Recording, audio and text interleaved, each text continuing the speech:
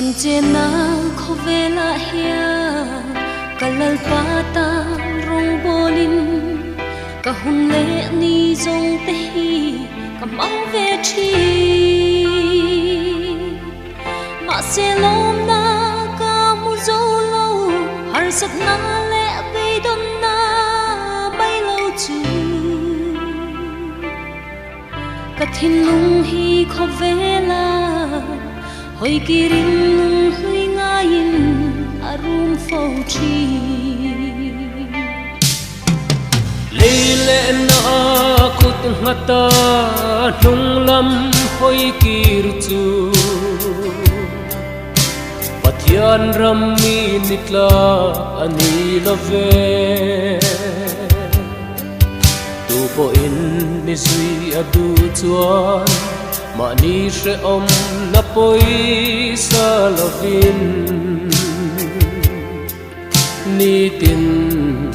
across bu in misery rose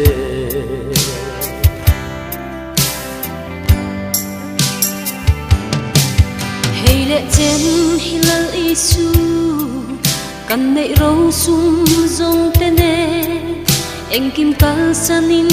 itung kan zui ta iming wangin she om tin re mu sit le soi chiat na te kan tuar chi ma se lei mal som na po tun thengin hu tu reng hi a on si lo lung oi na rem nei lova Krista nung zui chu ader maya rong bol tu ani o katan atuar na zoza ka ngai to in ka shing nun zong po kei zong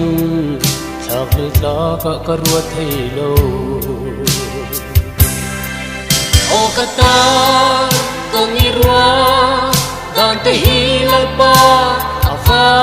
har chin kashin hian azau thei si lo chak lo na avanga ka vui na te hilal pa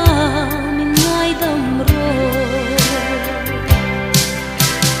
leilung moi na ro thil hu zong te ai po in ka sual man tak na cross ka thang zo ke dam chu hun tôi te a hianin iping wangin ra thei ma ila en kim chana a karwata en kim chana a karwata